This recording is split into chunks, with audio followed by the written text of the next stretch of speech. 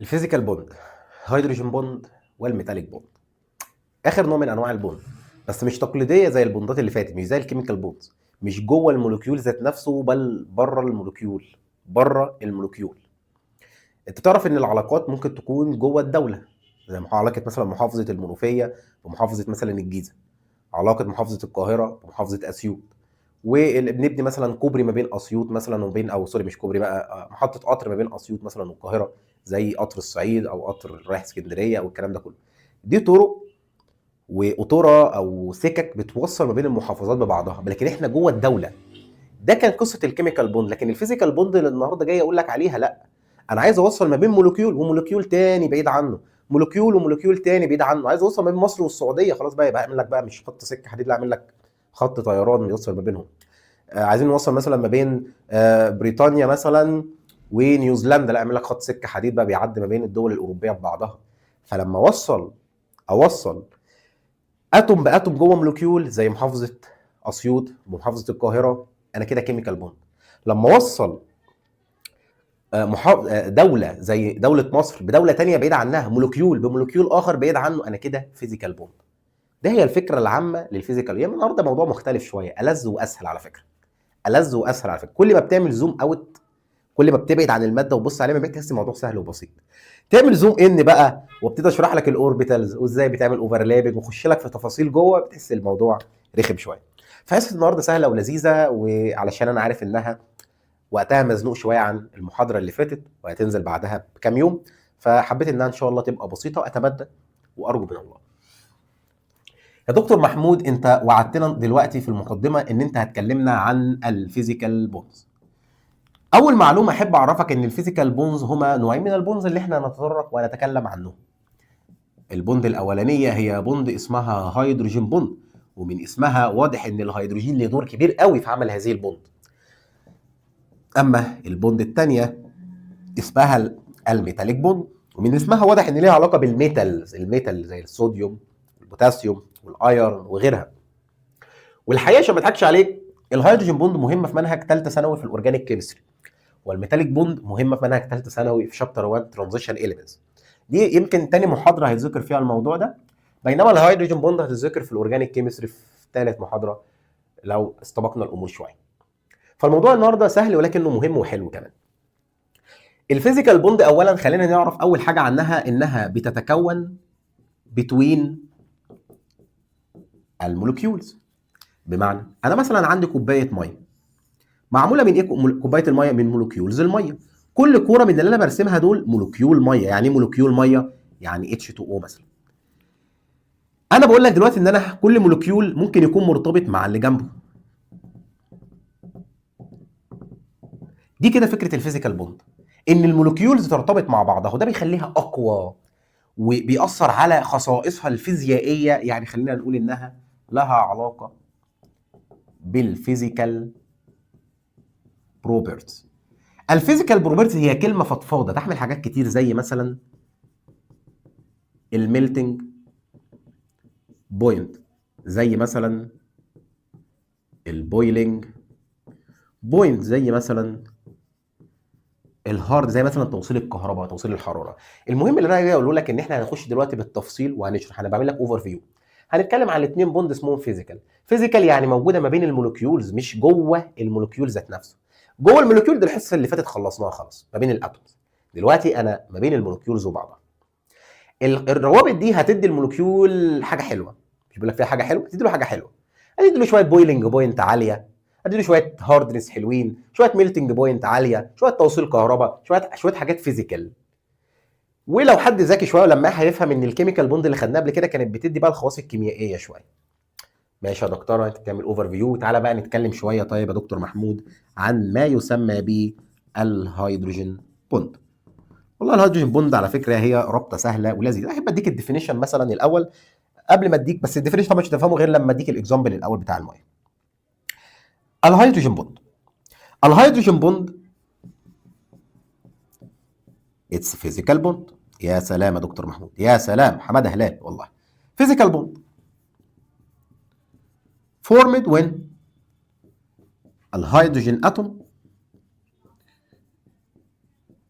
present تبقى موجوده او واقعه between two similar atom. ايه ده؟ لما تقع ما بين اتنين اتوم شبه بعض وخلاص يعني؟ لا، لازم يكونوا with high electro، الكلمه دي مهمه قوي، negativity. ومين الاتوم اللي احنا خدناها يا دكتور محمود الترم اللي فات وشويه لما احنا عنها عندهم هاي الكترو نيجاتيفيتي بالترتيب كده؟ اعلى واحد الفلورين، وحش الوحوش. يجي بعديه الاكسجين، جبار برضه. يجي بعديهم النيتروجين، برضه حلو مش وحش، يجي منه يعني. لما تقع الهيدروجين ما بين اتنين سيميلار اتوم يكون عندهم هاي الكترو نيجاتيفيتي زي الفلورين او الاكسجين او النيتروجين، فوقتها بتكون هذه الهيدروجين بوند بايندد تو 1، ماسكه في واحده، ببولر كوفيلنت بوند، واللي بتكون سترونج اند شورت، بينما هتمسك مع الثانيه with other with الهيدروجين بوند اللي احنا بقى بنتكلم عنها دي، ودي بتكون long and weak. مش فاهم يا دكتور محمود حاجه خالص. عشان تفهم هضطر ان انا اضحي بنفسي. ايه انا هيدروجين بوند يا ابني؟ ماشي يا دكتور، يا سلام على التضحيه. انا هيدروجين بوند يا ابني، هيدروجين اتوم يا ابني.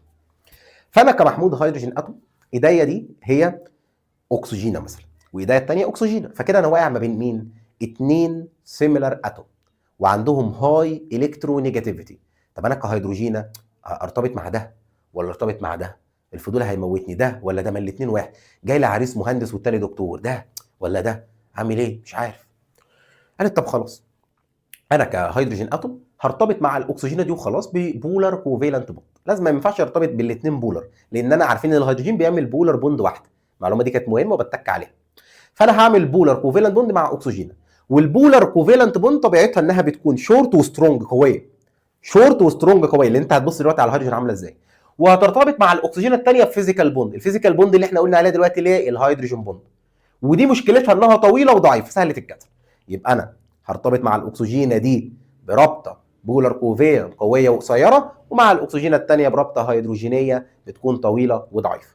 كده انا كهيدروجين عملت رابطتين، واحده بتكون بولر كوفيلنت والثانيه بتكون فيزيكال هيدروجين بوند. هل يا دكتور محمود متوقع ان اكون فهمت كلمه؟ لا، بس على الاقل الكلام ابتدى ان يبقى فيه فريم في دماغك، عشان لما اديك الاكزامبل دلوقتي تفهم كل حاجه فيه.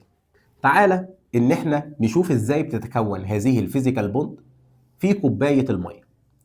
والكلام اللي انا بقوله ده هو سر الحياه، فركز فيه شويه لو سمحت واديله اهميه من دماغك. الميه، الووتر، ال H2O، مولكيولز الميه جوه كوبايه الميه موجوده بالملايين، وكلهم ماسكين مع بعض بهذه البوند اللي اسمها الهيدروجين بوند. هل يا دكتور محمود هترسم لي دلوقتي كل مولكيولز الميه على السبوره؟ بقول لك ملايين، صباح الفل. انا عايز ارسم لك مثلا خمسه هيوضحوا الفكره اللي انا عايز اقول لك عليها بالظبط. ادي يا ابني مولكيول ميه، وادي يا ابني مولكيول ميه، وادي يا ابني مولكيول ميه، وادي مولكيول ميه، وادي مولكيول ميه. ده فيزيكال بوند هتخلص دلوقتي. مركب او كومباوند الميه ده تعالى نبص عليه بص. عنده ميزتين خلي بالك. الميزه الاولانيه الكومباوند الميه عامه ان هو عنده 2 لون بير. واخد بالك من الموضوع ده ولا مش فاكره من لويس؟ يعني فاكره شويه يا دكتور محمد. ثانيا وده المهم، ان نوع الكوفيلنت بوند دي بولر. ويعني ايه بولر؟ يعني الالكترونات هتكون مسحوبه ناحيه واحد اكتر من الثاني. طبعا كلنا عارفين ناحيه الاكسجين، كلنا عارفين المفروض انه بيحمل بارشال نيجاتيف تشارج الاكسجين، والهيدروجين بيحمل بارشال بوزيتيف، الهيدروجين بيحمل بارشال بوزيتيف. كذلك طبعا الكلام ده هينطبق على كله. اي هيدروجينه بتحمل بارشال بوزيتيف في كومباوند الميه، واي اكسجينه بارشال نيجاتيف. الكلام ده انت مش محتاج ان انا اقوله لك، انا متاكد ان انت المفروض عارفه. حلوه حلو. دلوقتي مركب الميه ده شوف هيعمل ايه. تيجي الهيدروجينه دي تقول يا دي الحوسه اللي انا فيها، انا دلوقتي مرتبطه بالكومباوند بتاعي ببولر كوفيلنت بوند وماسكه معاه وامري لله وخلاص. بس الاكسجينه اللي هناك دي برضو طب ما دي شايله نيجاتيف، بارشال نيجاتيف، وعندها 2 لون بير.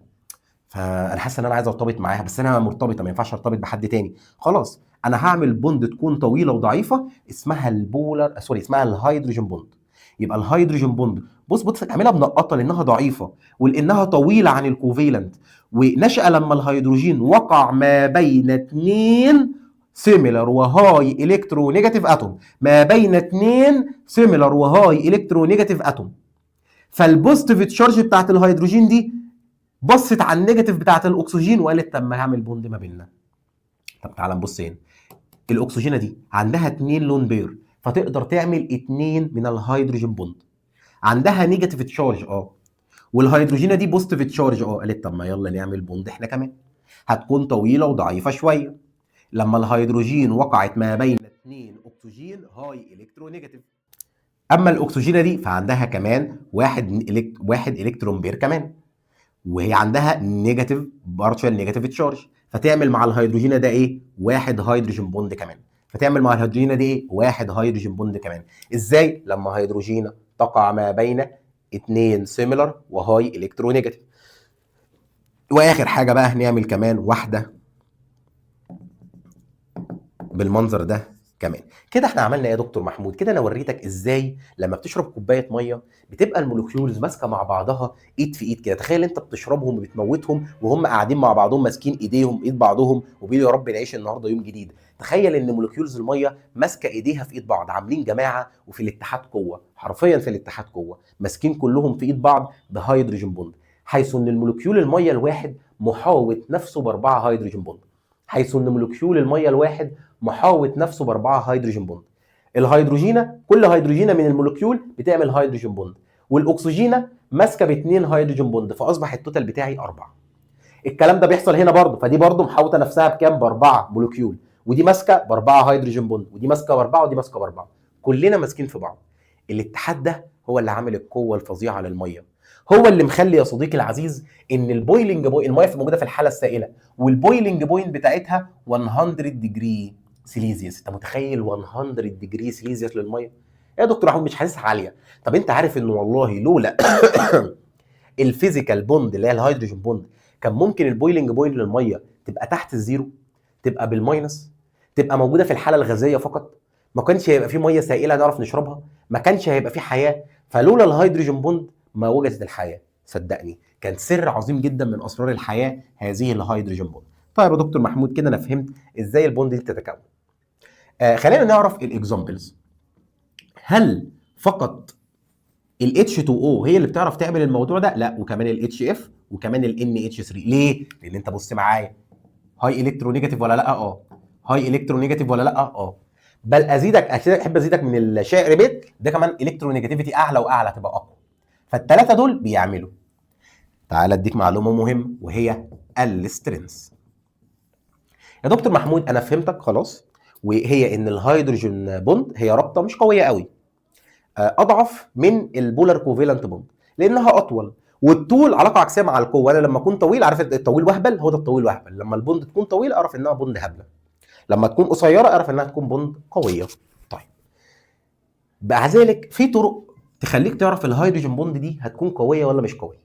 كل ما يكون الالكترونيجاتيفيتي ديفرنس اعلى كل ما يكون البوند دي اقوى. بمعنى هتلاقي ان البوند اللي بيعملها الاتش اف الهيدروجين بوند بتاعته اقوى من البوند اللي بيعملها الاتش 2 او، وبتاعه الاتش 2 او اقوى من الان اتش 3. طب ده ليه يا دكتور محمود؟ لان الاتش اف هتلاقي ان فرق الالكترونيجاتيفيتي ما بين الاتش والاف كبير، اعلى من فرق الالكترونيجاتيفيتي ما بين الاتش والاو، وفرق ما بين الاتش والاو اعلى من الان والاتش. كل ما يكون الفرق ما بين الاثنين اليمنت بتوعي في الالكترونيجاتيفيتي اعلى كل ما هتكون قوه الهيدروجين بوند اللي هكونها قويه جدا. خلي بالك فرق الالكترونيجاتيفيتي بيخلي البوند دي قويه، فرق الالكترونيجاتيفيتي هيخلي البوند دي قويه جدا. في معلومه ثانيه مهمه برضو، وهو لما تكون الهيدروجين بوند ان ستريت لاين with البولار كوفالنت بوند، ان ستريت لاين with البولار كوفالنت بوند. ينفع تبص لي كده على الهيدروجين بوند دي؟ مالها يا دكتور محمود؟ فين البولار كوفالنت بوند اللي جنبها؟ اهي. الاثنين على نفس الخط ولا لا؟ مظبوط.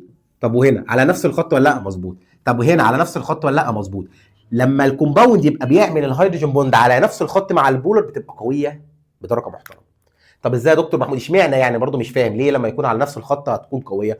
هقول لك. فاكر الفكره؟ لو احنا الاثنين يا ابني دلوقتي بنشد بعضنا كده، واحنا الاثنين بنشد في نفس الاتجاه بس على نفس الخط، هتبقى الشده قويه. تاني، احنا الاثنين بنساعد بعض، بنشد كده اهو، انا وصاحبي بنشد في نفس الخط، بنشد حاجه هتشد بقوه، لان احنا الاثنين شغلنا في نفس الاتجاه. طب تخيل صاحبي ده مثلا، انا بشد القلم ده في الاتجاه ده وهو بيشد فوق، يا عم يا صباح الفل. تاني، القلم ده انا بشده كده وصاحبي بيشد لفوق، ده مفيش، مش متحالفين كويس. لكن لو انا وصاحبي بنشد في نفس الاتجاه، الموضوع هيبقى احلى بكتير. كذلك لما تكون الاثنين بوند في نفس الاتجاه هيعملوا تاثير قوي مع بعض، وهيكون البوند اقوى واقوى. عارف انت مثلا لما يكون عندك مثلا حبل، فانت عايز تعمل عقده، فتعمل عقده في الحبل هنا كده، وبعدها تعمل عقده في الحبل هنا، هتلاقي الحبل ده بقى ايه؟ القوه بتاعته قويه. ليه؟ لان العقدتين موجودين على نفس الخط مع بعض، الاثنين انت مقفل على الحبل وربطه ربطه كويسه. فالحاجه لما تكون على نفس الخط بتدينا تاثير اعلى وافضل. لما يكون الحاجه عاملينها على نفس الخط تاثير اقوى وافضل. كده احنا فهمنا ايه اللي بيخلي الهيدروجين بوند تكون اقوى. دكتور محمود، ايه تاني مهم في الهيدروجين بوند؟ تعال ان احنا نقرا اسئله الجيف ريزون، ممكن تديك برضو شويه هنتات عن شويه حاجات محتاج تعرفها عشان لما تقابلك بس ما تستغربش المعلومات. بيقول لك هي ليه الميه عندها بويلنج بوينت عالي؟ يا دكتور محمود احنا فهمنا اللعبه دي، الميه الطبيعي كان عندها بويلنج بوينت قليله، بس لما بقى عندها هيدروجين بوند بقت البويلنج بوينت بتاعتها عاليه. هقول لك بس خلي بالك، طب ما الهيدروجين بوند معروف انها ضعيفه، ده يخلي البويلنج بوينت عاليه قوي كده؟ فترد عليه وتقول له بسبب ان احنا بنحتاج كونسامشن للارج اماونت اوف ثيرمال انرجي، بنحتاج كميه طاقه حراريه كبيره قوي 100 ديجري سيليزيوس. ليه؟ تو بريك الهيدروجين بوند امونج الووتر مولكيولز. اصل خلي بالك انا عندي بالشكل ده كده مليارات الهيدروجين بوند، انا عارف انها ضعيفه بس كميتها الكبيره هتخلي درجه الغليان عاليه قوي. يبقى هي ضعيفه بس في منها كتير، وكميه بتاعتها لما هي كتيره هتخليني احتاج طاقه حراريه كبيره عشان اعرف اكسرها كلها. طب يا دكتور محمود معلش، هو انا ليه بحتاج اكسرها؟ تعال اشرح لك حاجه. هي ليه الميه بتغلي؟ يعني ليه الميه السائله لما بسخن الاقيها يعني غلت وتحولت لبخار؟ بسبب الميه بتغلي بسبب ان انا بكسر الهيدروجين بوند اللي ما بينهم. يبقى ده الميكانيزم اللي الميه بتغلي بيه. فتخيل بقى لو انا عامل لك هيدروجين بوند كتيره قوي قوي قوي بالمنظر ده، هتحتاج طاقه حراريه كتيره قوي ولا لا عشان تكسر كل دول؟ هحتاج طاقه حراريه كتيره قوي عشان اكسر كل دول. اذا خلي بالك الميه بويلنج بوينت عاليه بسبب وجود هيدروجين بوند كتيره جدا جدا جدا عندنا. تمام يا دكتور محمود، وعرفنا السترينث بنحددها بناء على 2 فاكتور. طب ليه الهيدروجين بوند ما بين الاتش اف اقوى من الووتر؟ بسبب فرق الالكترونيجاتيفيتي. الاتش اف ديفرنس الالكترونيجاتيفيتي اعلى. طيب تشوف السؤال الثاني عبيط برضو، بيقول لك طب ليه ال H2O اقوى من ال NH3؟ برضو سبب فرق الالكترونيجاتيفيتي اعلى. كل ما يكون الفرق اعلى كل ما تكون اقوى. بص معايا بقى في اللقطه الاخيره دي علشان نسيب الهيدروجين بوند على خير بفضل الله تعالى، وهو هذا الرسم. الموضوع مش مهم قوي بس انا عايز افهمه لك علشان ما بحبش ان انت تقرا حاجه وتبقى مش فاهم. بيقول لك انا هعمل لك في رسم بياني البويلنج بوينت لحوالي 4 كومباوند. الكومباوند الاول هو ال H2O البويلنج بوينت بتاعته 100. الكومباوند الثاني ال H2S البويلنج بوينت بتاعته حوالي -61. الكومباوند الثالث H2SE اللي هو اليمنت السيلينيوم، هتلاقي ان البويلنج بوينت بتاعته متقاربه معاه شويه. ال HETE هتلاقي البويلنج بتاعته ايه؟ اعلى منهم سنه بسيطه. الجدول ده معمول ليه؟ او الجراف ده معمول ايه وبيعبر عن ايه؟ مش عارف حد خد باله ولا لا، بس الاربعه اليمنت دول هم بتوع الجروب 6A. اول واحد اكسجين، وتاني واحد هو السلفر بالترتيب كده في الجروب ده، واللي بعده هو السيلينيوم والتريليوم تي. ادي الاربعه اليمنت اهو. الراجل دلوقتي جايب لك الهيدرايدز بتاعتهم. ايه كلمه هيدرايدز بتاعتهم؟ يعني ارتباط الهيدروجين بيهم. الهيدرايدز بتاعتهم ارتباط الهيدروجين بيهم. جايب لك ال H2O وال H2S وال H2SE وال HETE عشان يقول لك ان في شذوذ حصل هنا. ايه ده؟ ايه الشذوذ اللي حصل هنا؟ اقول لك. الطبيعي في اي جروب بننزل فيه كده، طول ما انا نازل يا ابني في الجروب المولر ماس بتزيد، ولما المولر ماس بتزيد البويلنج بوينت تزيد معاها. بمعنى هو مين الاتقل؟ السلفر طبعا، عارف المولر ماس من الترم الاولاني اللي هو بجيب 1 مول من الماده واوزنه. فكان مثلا مولر ماس الاكسجين، احنا كنا بنحل في المسائل كانت مولر ماس الاكسجين بكام؟ ب 16 جرام.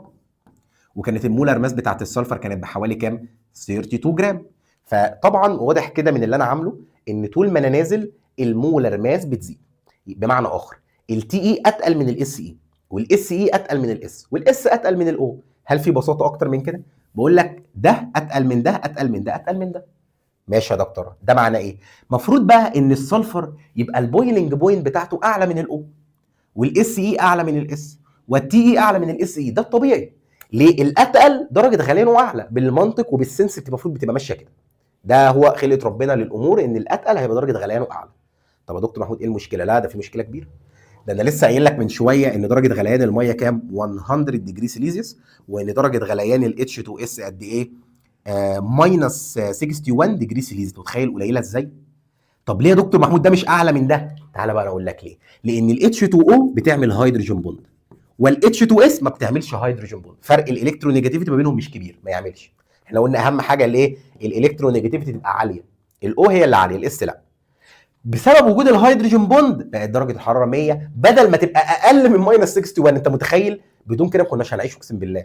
فاحمد ربنا وافهم الشذوذ اللي حصل هنا في الجدول. ممكن حتى نقرا، بيقول لك هنا الفاكت بتقول او الحقيقه بتقول ايه؟ المفروض البويلنج بوينت بتاعه الهيدرايز وفي الاليمنتس، يعني مثلا H2O H2S مالها بقى؟ اوف ذا سيم جروب اوف ذا بريدك تيبل بتنكريز وذ انكريزنج المولر ماس. يعني طول ما احنا نازلين والمولر ماس بتزيد البويلنج بوينت بتزيد. ولكن الحقيقه ان الميه 100 والاتش 2 اس ماينس 61، وده شذوذ واضح. ايه اللي بيفسر الشذوذ ده؟ وجود الهيدروجين بوند عند ده وعدم وجودها عند ده. يا رب تكون مفهومه كده. احنا خلصنا الهيدروجين بوند بكل ما لها وكل ما عليها. وصلنا لحبيبه قلبنا وحبيبه الملايين وحبيبه الترانزيشن اليمنتس بتاعت ثالثه ثانوي، الميتاليك بوند. الميتاليك بوند جميله قوي، بتتواجد في الميتالز، مسؤوله عن الفيزيكال بروبرتي بتاعت الميتال، ان هم يوصلوا كهرباء وحراره، ان هم درجه الميلتنج بوينت والبويلنج بوينت عاليه، ان يعني في شويه لاست. الميتاليك بروبرتي اللي احنا عارفينها اللي خدناها الترم اللي فات، الميتاليك بروبرتي. الميتاليك بوند هي واحده من اهم اسباب تواجدها. طيب الميتاليك بوند يا دكتور محمود تعريفها بصراحه رخم شويه، واحنا هنحاول نبسطه بفضل الله تعالى. الميتاليك بوند،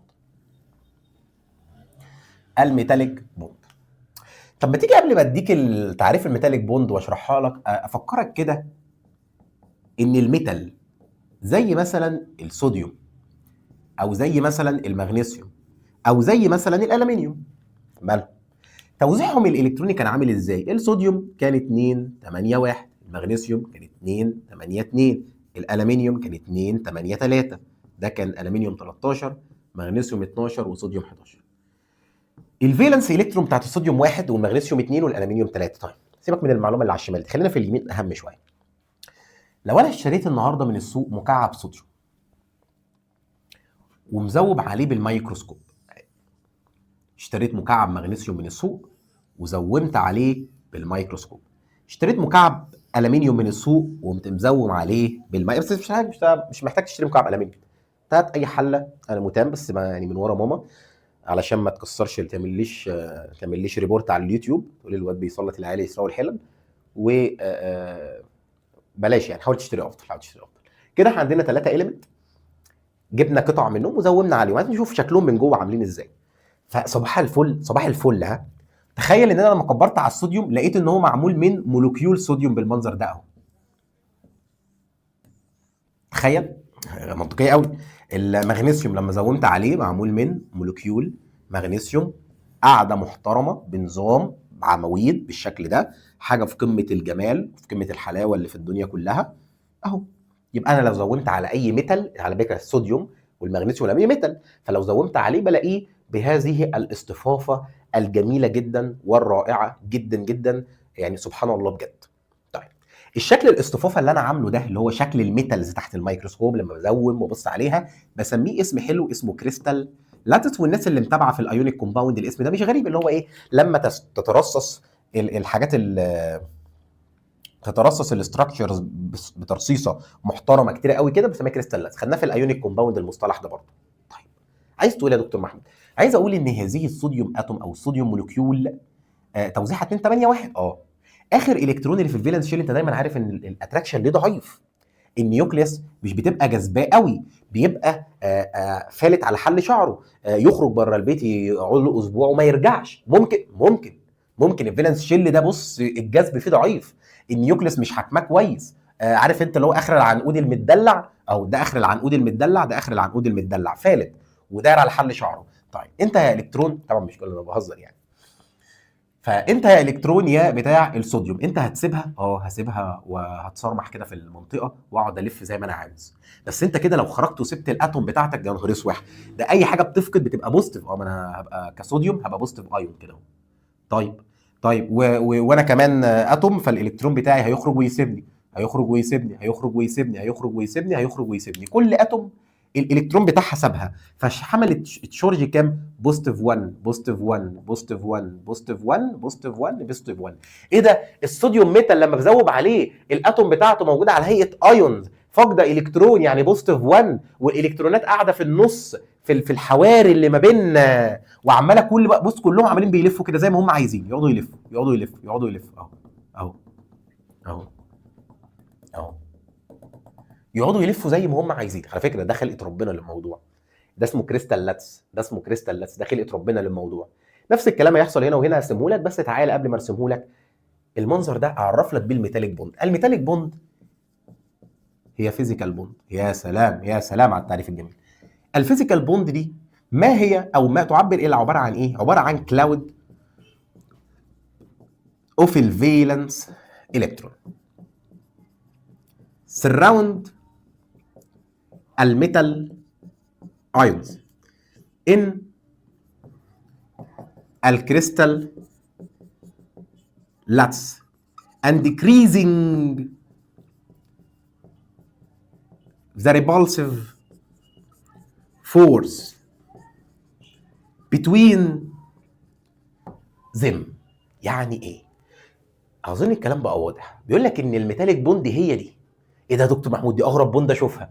معقوله لفه الالكترونات وحركاتهم ما بيننا ده عامل سحابه الكترونيه، عامل كلاود اوف فالنس الكترون سراوندد الميتال ايون، الميتال ايون اللي بتكون بوزيتيف، وده بيقلل الريبالسيف ما بينهم. اصل البوزيتيف والبوزيتيف طبيعي يحصل ريبالشن، بوزيتيف وبوزيتيف طبيعي يحصل ريبالشن. لا مش حاصل ريبالشن، ده احنا بالعكس مقربين من بعض شويه وماسكين مع بعض قوي. كل البوزيتيف 1 دول ماسكين مع بعض قوي، لان النيجاتيف ده لازقهم في بعض، النيجاتيف ده لازقهم في بعض. هو ده تعريف الميتاليك بوند. دي اغرب بوند انت هتشوفها. انت عارف ان بوند يعني ايه؟ يعني ارسمها كده، لو مثلا كلوراين وكلوراين، يا عم صوديوم وسي ال وماسكين الكتروستاتيك اتراكشن، بوند. ايه دي؟ دي سحابه الكترونيه برضه تعتبر بوند، وهي دي الميتاليك بوند. رائعه وجميله جدا وممتعه. تعال نرسمها في المغنيسيوم يا صديقي العزيز. المغنيسيوم عنده الكترونين دايرين على حل شعرهم، فهيلوز 2 الكترون ويتحول لبوزيتيف 2 ايون، وهو قاعد جوه الكريستال لاتس بتاعته، وهو قاعد جوه الكريستال لاتس بتاعته، بس الالكترين بتوعه حوالينه اهو بالمنظر ده. طبعا الالكترونات المره دي هنا اكتر، فطبعا في دوشه كتير قوي. شايف اكتر من اللي فوق بكتير. انا عايز اقول لك ان الميتاليك بوند اقوى هنا كمان عن فوق، لان الالكترونات هنا اكتر، وكل ما الالكترونات تبقى اكتر كل ما الميتاليك بوند تبقى اكتر. السنه الجايه لما اجي اقول لك ان ترانزيشن اليمنت عندهم فالنس الكترون عاليه قوي، الايرن عنده 8 فالنس الكترون، تتوقع ان الميتاليك بوند بتاعته قويه ولا مش قويه؟ تقول لي دي قويه جدا جدا جدا. يبقى احنا بنبني لما هو قادم. تعال نطب في الالومنيوم بتاعنا اللي هيلوز 3 الكترون بالمنظر ده اهو.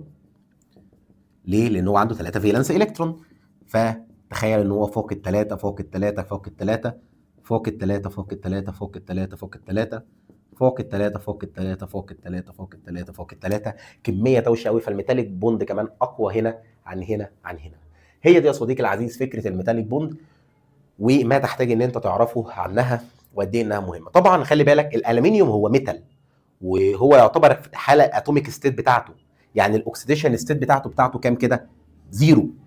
انا عارف ان انا قلت لك ان في الكريستال لاتس ان هو بيتواجد على هيئه ايونات وجنبها الكترونات، بس هو ستيل نيوترال وستيل متعادل، عشان لو في حد دماغه يعني كان مذاكر قوي الترم اللي فات ولما جه يربط الموضوع استغرب. هو الالومنيوم في الحاله البيور بتاعته هو زيرو زيرو زيرو. طب هو ليه هنا شايل تشارج؟ حبيب قلبي انا ما قلتلكش ان انا شلته، لا، هو الالكترون بتاعه برضه لسه حواليه، الالكترون بتاعه لسه حواليه، فهو نيوترال. يعني شايف كل ده كده اهو نيوترال نيوترال. امتى الصوديوم يبقى صوديوم بوزيتيف 1 واكتبه فوقيه؟ لما مثلا يعني الالكترون يسيبه ويروح اتوم ثانيه، لكن هو لسه معاه اهو، لسه معاه اهو، فما تستغربش وما تتخضش، هو كل ده لسه انا ميتال، واي ميتال الاكسيديشن ستيت بتاعتها زيرو زيرو، هي مش داخله في تفاعل. باخد الشارج لو انا دخلت في تفاعل لسه الالكترونات بتاعتي حواليا، حتى لو انا شايل الشارج جوه الكريستال لاتس بس هم حواليا. الحته دي يعني انا اسف لو لخبطت ناس، بس عشان يعني ذوي الادماغ العاليه بجد ما هم اللي هيقعوا لو ما قلتهاش، بس غير كده ولا كأني قلت حاجه. طيب يا دكتور محمود كده احنا فهمنا الفيزيكال بوند، حابب ان انا اديك معلومه حلوه عن الفيزيكال بوند، وهي بتقول ان الفري موفمنت اوف الفالنس الكترون ريزولت ان الجود الكتريكال اند ثيرمال كوندكتيفيتي اوف ميتال. حبيب قلبي صباح الفل، الميتالز وجود الالكترونات دي حواليها سايبه ده بيخليها توصل كهرباء بطريقه رهيبه، وطبعا كلنا عارفين ان الميتال توصيل للكهرباء رائع. وخدت وانا شرحت لك في الايونيك كومباوند ان توصيل الكهرباء ما هو الا عباره عن حركه للالكترونات، حركه للالكترونات، حركه للالكترونات. قلنا الكلام ده ولا لا؟ اعتقد ان احنا قلناه. فهي فكره هنا بيوصلوا الكهرباء والحراره بالطريقه دي. طيب يا دكتور، الميتاليك بوند سترينث، قوه الميتاليك بوند بتعتمد على فاكتورين. قوه الميتاليك بوند بتعتمد على فاكتورين. الفاكتور الاول لقوه الميتاليك بوند هو عدد الفالنس الكترون. كلما زاد عدد الفالنس الكترون كلما كانت الميتاليك بوند اقوى.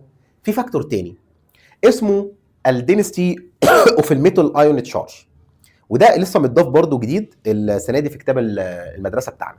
دينستي اوف التشارج اوف الميتال ايون، كثافه الشحنه على الميتال ايون. يعني ايه يا دكتور محمود؟ يعني تعالى لي في الكريستال لاتس ده احسب لي الدينستي اوف التشارج بتاعته. يعني الدينستي اوف التشارج هقول لك الدينستي اوف التشارج او كثافه الشحنه اللي هي بتحدد الميتاليك بوند قويه ولا ضعيفه، بتتحدد بالاتي. هات التشارج بتاعتك اللي هي 1 اوفر الراديوس، شوف الراديوس او الفوليوم بتاعك بكام. هو هيكون مديهولك في السؤال، يجي يقول لك يا ابني الصوديوم انت عارف طبعا التشارج بتاعته ب1، الفوليوم بتاعه بكذا، تمام، الدنسيتي بتاعته تبقى بكام؟ هكذا. يجي في المغنيسيوم يقول لك يلا احسب لي الدنسيتي بتاعت التشارج بتاعته. الدنسيتي بتاعت التشارج دي اللي بتحدد الميتاليك بوند قويه ولا ضعيفه، برضه ليها دور. فتقول لي اللو بتاعي بيقول التشارج الشحنه بتاعتي او عدد الفالنس الكترون اوفر الفوليوم. الفوليوم الحجم بتاع المغنيسيوم اجيبه منين؟ ده كان الترم اللي فات يدوه لي في السؤال. طب والتشارج اجيبها ازاي؟ التشارج انت عارفها للمغنيسيوم ب2، فتعوض بالقانون ده، وهنشوف في المسائل ازاي هنستخدمه. هو مش مهم قوي غير بس في فكره ايه، انه يقول لك مثلا وانا نازل في الجروب الواحد ايه اللي بيحصل في الميتاليك بوند. تعال طالما احنا بقى استبقنا الامور كده ايه قبل ما نحل في كتاب المعاصر، الفكره دي بصراحه كانت حلوه يعني. انا عارف ان انا هقولها وهرجع تاني في كتاب المعاصر واقوم شارحها تاني عشان ايه الناس اللي عندها الزهايمر. انا مثلا عندي جروب 1 ايه، في مثلا مين من الميتال؟ الليثيوم والصوديوم والبوتاسيوم والرابيوم والسيزيوم. ادي يا صديقي ال1 ايه جروب اهو. ماشي يا دكتور، كلهم في الجروب 1 ايه، يعني كلهم لما اجي احسب لهم الدنسيتي بتاعتهم التشارج بتاعتهم كلهم بواحد. حلو، انا عايز اعرف مين بيعمل ميتاليك بوند اقوى. خلي بالك طول ما انا نازل هنا، طول ما انا نازل كده داون ان ذا جروب، ايه اللي بيحصل في الراديوس؟ الراديوس كان بيزيد، يعني الفوليوم بتاعي كان بيزيد. طيب معلش، لو الفوليوم بتاعي عمال بيزيد ايه اللي يحصل في الدنسيتي؟ الفوليوم هنا تحت، فلو الفوليوم زاد الدنسيتي تقل. علاقه ريفيرس، وخدنا الكلام ده في الفيزيكس وفي الماس. لو الاثنين موجودين تحت، يعني واحد في واحد تحت كده، يبقى العلاقه ريفيرس، يعني لو واحد زاد الثاني يقل. فطول ما انا عمال انزل الفوليوم بيزيد ولكن الدنسيتي بتقل. ولو الدنسيتي قلت زي ما خدنا يبقى الميتاليك بوند بقت اضعف. يبقى بالتالي مين ميتاليك بوند اقوى؟ صوديوم ولا بوتاسيوم؟ صوديوم. ليثيوم ولا صوديوم؟ ليثيوم. بوتاسيوم ولا رابيوم؟ بوتاسيوم. رابيوم ولا سيزيوم؟ رابيوم. كل ما ابقى فوق ابقى ميتاليك بوند اقوى. عرفنا منين الكلام ده؟ لان كل ما الفوليوم بتاعي يزيد كل ما الدنسيتي بتاعتي للاسف هتقل. يا رب تكون مفهومه. انا كده شرحت لك تطبيق القانون ده، الحاجه يعتبر الوحيده اللي شفتها في الاسئله، لان هو لسه نازل جديد، فالاسئله عليه اللي موجوده في منهجنا ما كانتش كتيره. دي الفكره اللي انا شفتها، وهنحل ونتدرب عليه اكتر. اخر حاجه يا صديقي، وهتاخد افراج من الشابتر ده وهتنتظر المراجعه بتاعته وبدايه شابتر اقوى واقوى واحلى بكتير اللي هو ريبريزنتيف اليمنت. تعالى هنا اولا نختم بهذا الجدول. صوديوم مغنيسيوم الامين، الحمد لله انا راسمهم ما مسحتهمش، قلبي حاسس. عدد الفالنس الكترون هنا 1 هنا 2 هنا 3. حلو. الصوديوم شاف ده شكله في الواقع، بس بلاش تشتريه عشان ده ممكن ينفجر لو هو وقع في ميه او حاجه، وفيري اكتف وقصه يعني. ده المغنيسيوم، ده الالمنيوم. خلاص، ده الاشكال بتاعته. في حاجه اسمها الهاردنس او الموز سكيل. مش انا قلت لك ان الميتاليك بوند دي من ضمن خصائصها الهاردنس؟ كل ما الميتاليك بوند تبقى اقوى كل ما الهاردنس يبقى اقوى. فانا عايز اسالك سؤال، مين اقوى؟ مين الهاردنس بتاعه اعلى، الالومنيوم ولا المغنيسيوم ولا الصوديوم؟ الالومنيوم اقوى واحد في الهاردنس، صلب قوي، لدرجه ان الصوديوم يا ولاد بنقول عليه ان هو سوفت، يعني ممكن بايدي كده اقوم واخد منه حته كده سوفت، ممكن بسكينه اقطع منه. انت متخيل بسكينه اقطع منه؟ ده يعني سوفت يا جدعان. بص بص، ده المنديل ده كده سوفت. المغنيسيوم اقوى منه شويه فسميه مايلد، لين. طب واللين ده يا دكتور محمود يعني يعني ممكن لو مثلا ايه اللين ده ممكن مثلا بضفري او جاي مخربش فيه يبان فيه، يعني مثلا ايه ايه الحاجه اللينه او السلايم ده مثلا، والله ما عارف اسمه، فوم، صلصال فوم. الفوم ده لو انا جيت عملت بضوافري كده هيبان فيه ولا لا الخربشه؟ بص انا قطعته ليه؟ ليه بان فيه الخربشه بتاعت صباعي؟ لانه لين. فالمغنيسيوم لين، لو جيت اخربش فيه هيبان. بس على فكره احسن من الصوديوم، صباح الفل. الصوديوم ده بالسكينه باخد منه بقطع، عامل زي المربى كده، عامل زي الكيكه، انت متخيل؟ لكن ده يا دوبك اخربش فيه. ده الهاردنس بتاعه اعلى واعلى، فلو جيت خربشته بصباعي انا الصباع هيوجعني والله. ولكن ممكن اخربش بيه مثلا بحته كبر، حته نحاس يعلم في الالمنيوم، بحته ستيل. الستيل ده اللي هو الحديد المسلح، هناخده السنه الجايه ان شاء الله في ثالثه ثانوي. الحديد المسلح ده قوم جاي مخربش فيه. فعشان خاطري اوعى يكون معاك حته نحاس او ستيل حديد صلب وتروح عند الحيله الالومنيوم بتاعت ماما العزيزه على قلبها اللي هي اهم منك ومني وتقوم مخربش فيها، لانه هيبان وهتبقى ليلتك ما يعلم بها الا ربنا. فابعد عن النحاس وابعد عن الستيل. الالومنيوم هارد واقوى من الاثنين دول، بس ما يقدرش قصاد النحاس والستيل. يبقى مين اقوى واحد في الصلابه؟ الالومنيوم ده خربشه ولا مفيش حاجه تيجي معاه غير الالومنيوم وستيل، نحاس وستيل. المغنيسيوم كان مايلد والصوديوم كان سوفت. طيب انا سايب الهاردنس الموز سكيل ده سايبه دلوقتي. الميلتنج بوينت، الميلتنج بوينت درجه الانصهار. قلنا كل ما الميلتنج، كل ما الميتاليك بوند بتبقى اقوى كل ما البويلنج بوينت بتبقى اعلى. فهتلاقي الصوديوم ميلتنج بوينت قليله 98، هنا بقت اقوى 650 عشان الفالنس الكترون زادت، هنا بقت اقوى بكتير 650 660 بقى اقوى، بس الفرق مش كبير قوي برضه. المود سكيل ده حاجه يعني من الجيولوجيا اكتر، بتوع علم المعادن في الجيولوجيا هم اللي بيهتموا بالمود سكيل اكتر. ولو يعني في ثالثه ثانوي اي ثينك انت هتاخد في البيولوجي جزء الجيولوجيا اللي اتضاف هتاخد فيه الموز سكيل لو ما اتلغاش يعني. في الموز سكيل ده كان راجل بيشوف كل حاجه درجه الصلابه بتاعتها قد ايه وبيديها رقم، مش عايز ادخلك هو جاب منين الارقام دي وبناء على ايه، بناء على مين بيخربش مين وقصه. بس انا عايز اقول لك انه لما جه الراجل اللي اسمه موز ده وعمل السكيل بتاعه قال لك الصوديوم ده الصلابه بتاعته ضعيفه قوي، ده عيل فوفي كده اديله نص. المغنيسيوم ده لا صلابه حلوه شويه اديله 2 ونص. الالومنيوم احلى من المغنيسيوم بحاجه بسيطه فاديله 2.75. فدي ارقام بتعبر عن الصلابه عملها العالم موز علشان يعبر عن الهاردنس، وهي مش قصه يعني. يعني عايز اقول لك كمان يعني الارقام بتاعت الميلتنج بوينت بصراحه هيبقى حرام عليا ان انا اقول لك احفظها.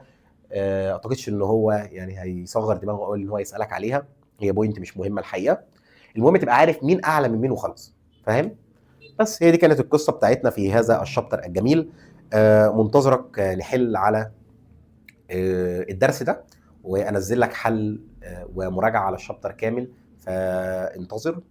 واي حاجه انت عاوزها واي اقتراحات انت عايزها سيبها لي في التعليقات او خش لي واتساب معايا الرقم بتاعك. والسلام عليكم ورحمه الله وبركاته.